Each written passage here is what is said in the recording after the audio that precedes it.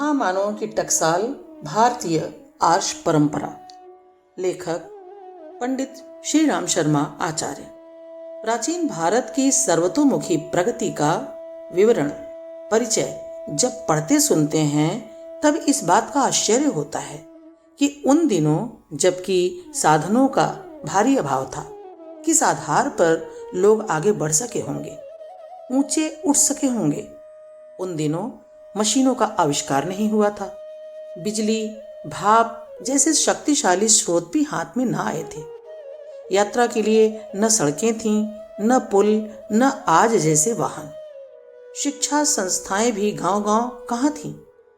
Press न होने से हस्तलिखित पुस्तकें जिस तिस के पास ही थीं और बहुत महंगी थीं। डाक, तार, टेलीफोन, रेडियो जैसी सुविधाओं का अभाव था। नहरें, बांध, विद्युत, कूप जैसी सिंचाई के साधन भी नहीं थे। सुरक्षा के लिए भुजबल पर ही निर्भर रहना पड़ता था। तीर तलवार जैसे वे ही अस्त्र शस्त्र थे जिन्हें कोई बलिष्ठ व्यक्ति ही उठा चला सकता था।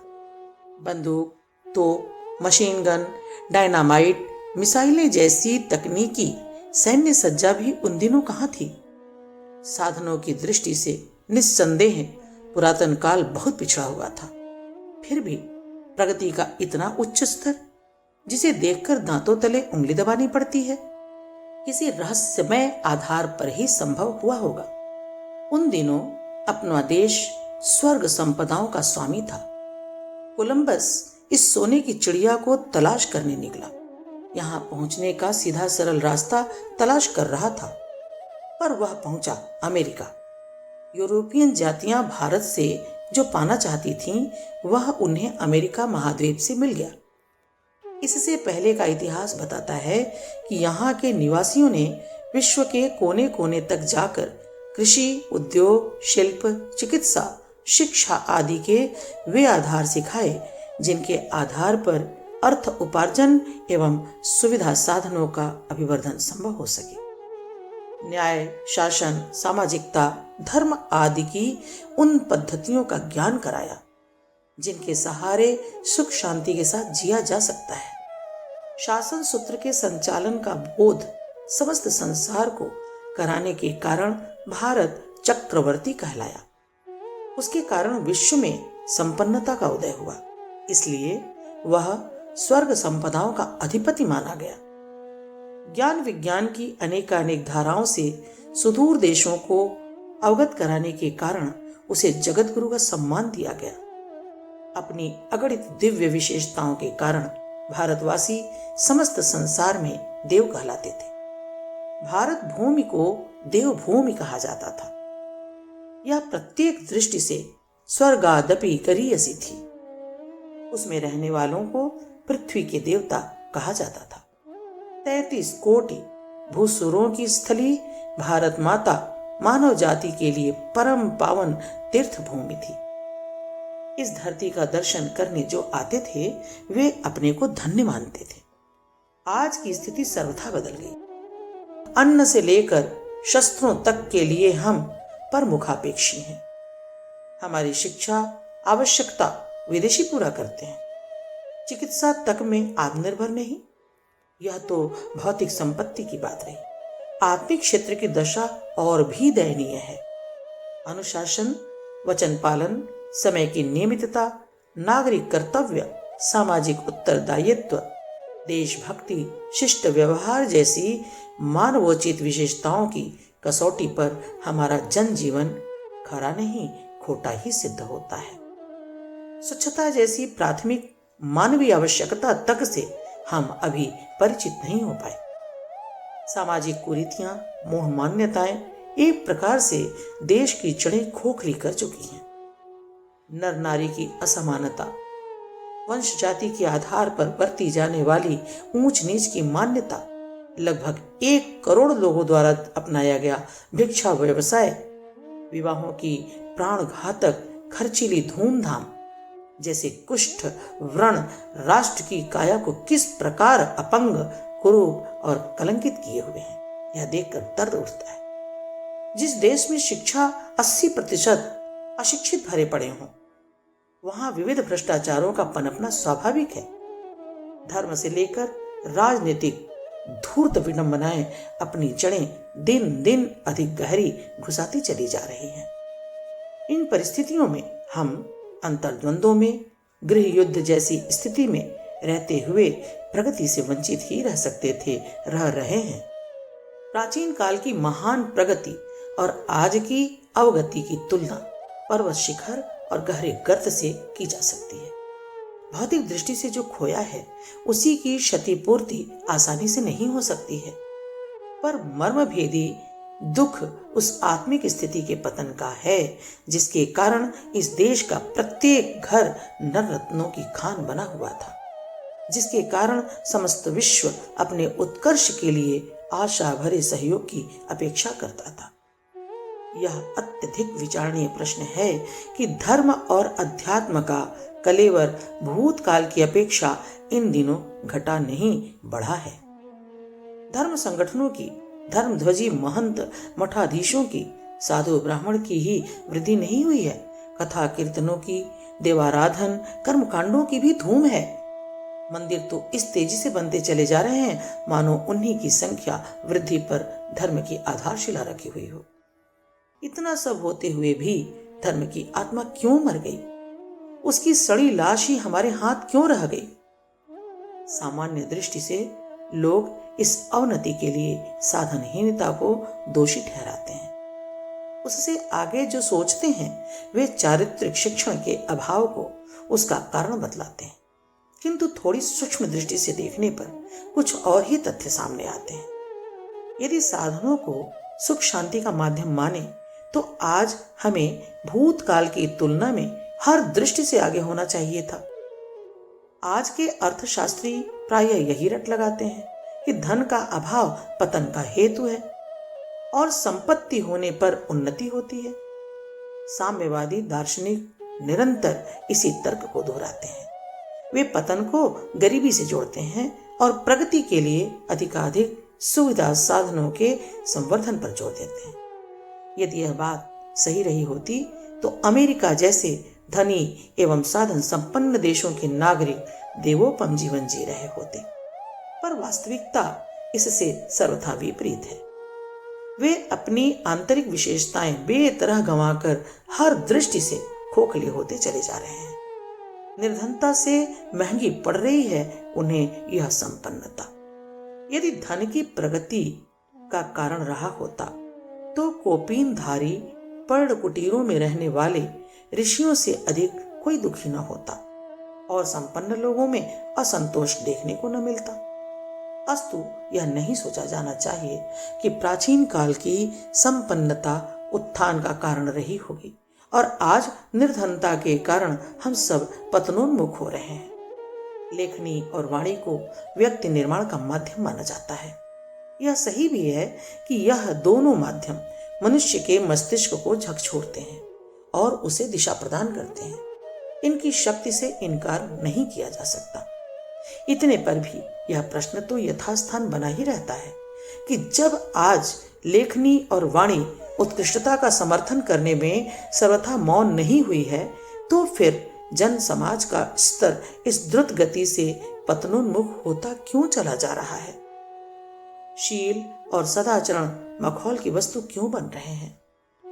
धर्मोपदेशक भी अधर्म आचरण के साथ क्यों चिपके हुए हैं? इस प्रश्न का समाधान एक ही है कि मनुष्य का मस्तिष्क भर लेखनी वाणी प्रभावित करती है। उसका अंतःकरण स्पर्श करने की शक्ति आदर्श को आचरणों में ढालने वाले महामानवों में ही होती है।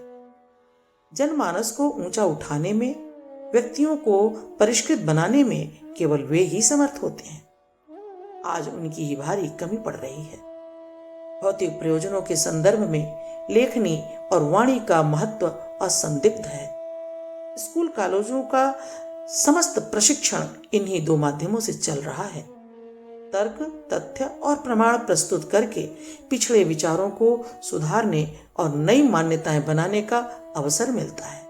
ऐसा मस्तिष्क को झकझोरने वाला बहुत कुछ क्रियाकलाप लेखनी और वाणी संपन्न करती हैं। विचार शक्ति का अपना स्थान है और अपना महत्व। उसकी शक्ति, उपयोगिता और आवश्यकता से कोई कैसे इनकार करेगा।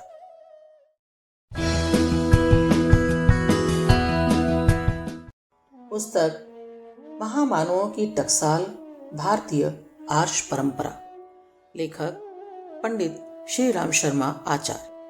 किंतु जहां तक व्यक्तियों को उत्कृष्टता के ढांचे में ढालने की आवश्यकता का प्रश्न है, वहां यही तथ्य सामने आ खड़ा होगा कि आदर्शों को अपने जीवन में उतारने वाले व्यक्ति ही दूसरों को अनुकरण की, अनुगमन की प्रेरणा देकर उन्हें ऊंचा उठा सकने में समर्थ हो सकते हैं। प्राचीन काल में यह प्रयोजन साधु ब्राह्मण पूरा करते थे। वे सर्वसाधारण के सामने यह आदर्श प्रस्तुत करते थे कि परमार्थ परायण जीवन न तो कष्टकर है, न असुविधाजनक, न असंभव, न अव्यवहारिक, वरन थोड़ी शारीरिक असुविधा सहने पर जो मानसिक एवं आत्मिक लाभ मिलता है वह इतना बहुमूल्य है कि उसे प्राप्त करने के लिए यत्किंचित असुविधा उठाना बाल विनोद जैसा तुच्छ समझा जा सकता है। वे आदर्शवादी जीवन जीते थे। उनके प्रति जनमानस में जो सहज श्रद्धा उमड़ती थी वह उन महामानवों द्वारा दी हुई उत्कृष्टतावादी प्रेरणाओं को आत्मसात करने की पृष्ठभूमि बनाती थी। लोग उनके उपदेशों को मखौल नहीं मानते थे, मनोरंजन के लिए नहीं सुनते थे और न वक्तृत्व कला के आधार पर निंदा प्रशंसा करते थे, वरन आदर्शवादी महामानवों के वचन शास्त्र मंतव्यों की तरह, श्रुति प्रतिपादन की तरह हृदयंगम किए जाते थे। इस पुण्य कार्य के लिए जीवन समर्पित करने वाले महामानवों के दो वर्ग थे। एक गृहस्थ अर्थात ब्राह्मण, एक सीमित क्षेत्र में रहकर वहां का पौरोहित्य धर्म नेतृत्व करने वाले। दूसरे विरक्त, जिन्हें परिव्राजक रहकर सुदूर क्षेत्रों की यात्राएं करनी होती थीं और सेवा क्षेत्र सुविस्तृत रखना पड़ता था। ब्राह्मण और साधु दोनों ही साधु संस्था के परस्पर पूरक अंग थे। दोनों के कार्यक्रम में थोड़ा अंतर था, पर लक्ष्य पूर्ण रूपेण एक ही था। लोकमानस को उत्कृष्टतम बनाए रहने के लिए अपने ढंग से अथक एवं अनवरत रूप से उत्कृष्ट प्रयास करना। प्राचीन काल में यह साधु संस्था उच्च स्तर पर पहुंची हुई थी। उसी ने जनसाधारण के व्यक्तियों को ऊंचा उठाया था और उस उत्कर्ष के आधार पर ही यह सब संभव होता रहा जिसका हम आज भी गर्वोन्मत्त मस्तक से स्मरण करते हैं। भारतीय धर्म का दूसरा नाम वर्णाश्रम धर्म है। भारतीय जीवन आदर्शों की श्रृंखलाओं से इंच इंच बंधा है। ब्राह्मण जनमानस को परिष्कृत बनाए रहने का उत्तरदायित्व संभाले, क्षत्रिय अनाचार से निपटे, शक्ति की न्यूनता किसी दुर्बल को भी न खटकने पाए, वैश्य समाज के अभावों को दूर करे, उपार्जन और उत्पादन के स्रोत खोले, शूद्र श्रम की आवश्यकता पूरी करे। पेट भरने, तन ढकने की न्यूनतम आवश्यकता हर किसी को पूरी करनी पड़ती है। परिवार का उचित पोषण भी अभिष्ट है। उतना समाज से लिया जा सकता लेना चाहिए, दिया जा सकता देना चाहिए, पर जीवन लक्ष्य ज्ञान, बल, धन एवं श्रम से संसार का भंडार भरते हुए सर्वतोमुखी प्रगति में अपने आप को खपा देना, लोक मंगल को लक्ष्य मानकर चलना, यही धर्म है। वर्ण धर्म के अनुसार ब्राह्मण वर्ण को नैतिक और सामाजिक स्थिति की सुदृढ़ता बनाए रखने का उत्तरदायित्व संभालना पड़ता था। धर्म और अध्यात्म का, उपासना और साधना का विशाल काय कलेवर मनुष्य की आंतरिक महानता में उत्तरोत्तर अभिव्यक्ति का लक्ष्य रखकर ही खड़ा किया गया है। नीतिनिष्ठ, कर्तव्यपरायण और समाज सेवी व्यक्तियों का विकास ही धर्म धारणा का, अध्यात्म दर्शन का एकमात्र प्रयोजन है। ईश्वर की समीपता और प्रसन्नता प्राप्त करने का आधार लेकर चलने वाले मनुष्य को आत्म परिष्कार और उदार ममता विस्तार का अवलंबन स्वीकार करना पड़ता है। इस तरह प्रकारांतर से आस्तिकता और ईश्वर भक्ति, धर्म धारण और तपश्चर्या का चरम प्रयोजन मनुष्य में देवत्व का अवतरण ही बनता है। ब्राह्मण वर्ग इसी प्रयोजन की पूर्ति में अपने को खपाता था। आज ऐसे ब्राह्मण कहाँ हैं? यहाँ जन्म के आधार पर अपने को ब्राह्मण कहने और कहाने का अभिमान करने वालों की चर्चा नहीं हो रही है। वे तो अभी भी करोड़ों हैं और प्रजनन की दृष्टि से पीछे न रहकर दिन दिन बढ़ ही रहे हैं। यहाँ चर्चा कर्म ब्राह्मणों की हो रही है। पोथी पत्रा के सहारे आजीविका कमाने वाले लोगों की भी यहाँ गणना नहीं की जा रही है। यहाँ ब्राह्मण से अभिप्राय उस वर्ण से है जो अपने अस्तित्व को लोक मंगल के लिए, भावनात्मक उत्कृष्टता अभिवर्धन के लिए अपने आप को तिल तिल करके जलाता है, अपनी सत्ता को पूर्णतया समर्पित करता है। आश्रम धर्म की महत्ता वर्ण से भी अधिक महत्वपूर्ण रही है।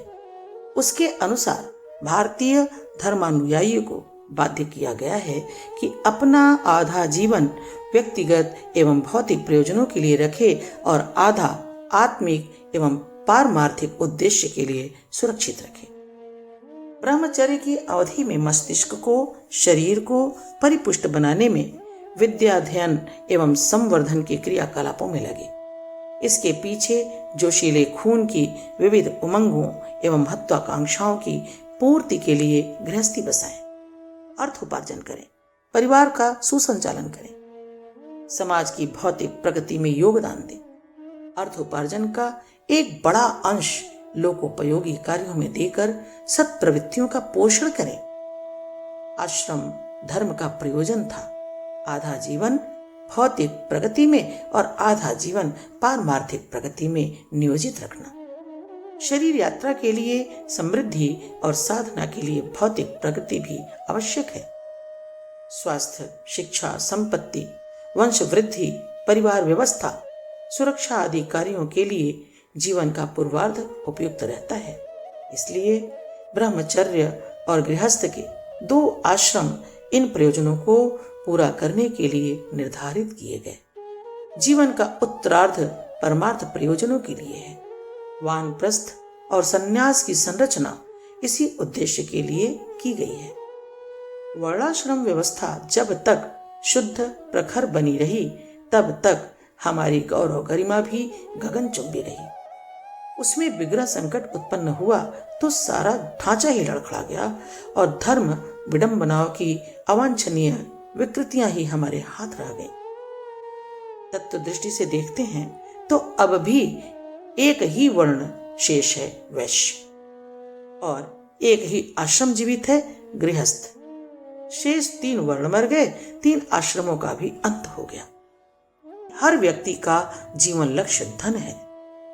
त्यागी वैरागी भी प्रकारांतर से उसी कुचक्र के इर्द गिर्द घूमते देखे जा सकते हैं। आकांक्षाओं का केंद्र अब संपत्ति ही बनकर रह गया है। वासनाओं और तृष्णाओं की पूर्ति उसी से होती है। इसके अतिरिक्त अन्य कुछ लक्ष्य किसी का नहीं दिखता। ऐसी दशा में यह कहना अत्युक्ति न होगा कि वर्ण धर्म सिमटकर वैश्य वर्ण में सीमित हो गया है। ठीक इसी प्रकार आश्रम धर्म की दुर्गति हुई है। स्कूल में जाते जाते अबोध बालक काम कुचेष्टाएं सीख जाते हैं। पास पड़ोस में उन्हें अश्लील गालियां सीखने को मिल जाती हैं। घर बाहर कामुकता की विविध प्रवृत्तियां बचपन में ही गृहस्थ की दीक्षा दे देती हैं और उसमें क्रमशः वृद्धि ही होती रहती है। किशोरावस्था परिपक्व होने से पहले ही बच्चे अपना बहुत हद तक आत्मघात कर चुके होते हैं। स्मरण शक्ति की कमी, चेहरे की निस्तेजता, काया की दुर्बलता और मानसिक उद्योगों का बाहुल्य देखते हुए यह सहज ही समझा जा सकता है कि उन पर क्या बीती है। समय से पूर्व गृहस्थी की किसी भोड़ी और फूहड़ प्रवृत्ति का जो परिणाम होना चाहिए उसे अपने हर बालक पर काली घटाओं के रूप में छाया देखते हैं। बाल विवाह तो और भी कोढ़ में खाज का काम करता है। जिंदगी के अंत तक कामुकता, प्रजनन, अर्थोपार्जन, कुटुंबचर्या के अतिरिक्त कभी कोई बात सूझती नहीं। समस्त प्रवृत्तियां इसी केंद्र पर केंद्रीभूत रहती हैं। होश संभालने के दिन से लेकर होश बंद होने की घड़ी तक गृहस्थ स्तर की आकांक्षाएं ही मन क्षेत्र को आच्छादित किए रहती हैं। ऐसी दशा में यह कहा जा सकता है कि 4 आश्रमों में से 3 समाप्त हो गए। ब्रह्मचर्य, वानप्रस्थ और सन्यास की परंपराएं नष्ट हो गईं। केवल एक ही आश्रम बचा है, गृहस्थ। साधु संतों की मनोदशा और गतिविधियों को देखते हुए उन्हें भी भगवा वस्त्रधारी गृहस्थ ही कह सकते हैं। 3 पाए टूट जाने पर एक के ऊपर खड़ी की गई चारपाई की जो डामाडोल स्थिति होनी चाहिए, वही है आज भारतीय समाज की। इस परिस्थितियों में भौतिक आर्थिक स्थिरता की कुछ बात तो संभव है, पर आत्मबल पर टिकी हुई उन महानताओं की आशा नहीं की जा सकती जिन पर प्राचीन भारत का महान गौरव आधारित है।